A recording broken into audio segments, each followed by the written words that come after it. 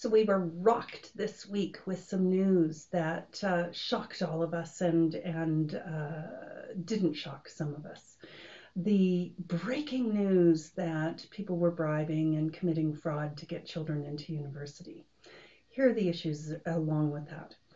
Number one, the media has used the face of two Hollywood actresses to be able to highlight and get clicks and make it more astonishing to everyone because they're very well loved actresses.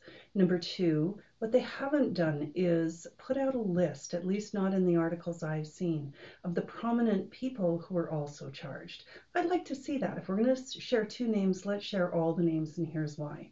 Number one, board members for the companies that the CEOs and the employees work for have a responsibility to protect the reputation of their company. They should know who those people are and they should be doing something about it. If you're comfortable with the CEO maintaining his job because he's okay with fraud and that's a matter of course for him, then you are putting yourself as a board member at risk. I think you need to think about that. Number two, we need to, as a society, decide who we want to work with. I don't want a professional services organization such as a lawyer or an accountant who's okay with fraud and is supposed to help me remain legal and stay within the criteria of the regulations I have to follow as a citizen. Number three, here's a really big one. This is the accountability of our children. We are teaching children that we can buy their way if they are born into privilege. Privilege is something that we all belong to a country club of privilege. And I understand that I am fortunate enough to have been born a white female in a middle class family. That's great. I have some privilege and there's responsibility that comes with that. What we're not doing is asking our kids to be responsible for their actions. Work hard, do your grades, get the grades, you get to go to school.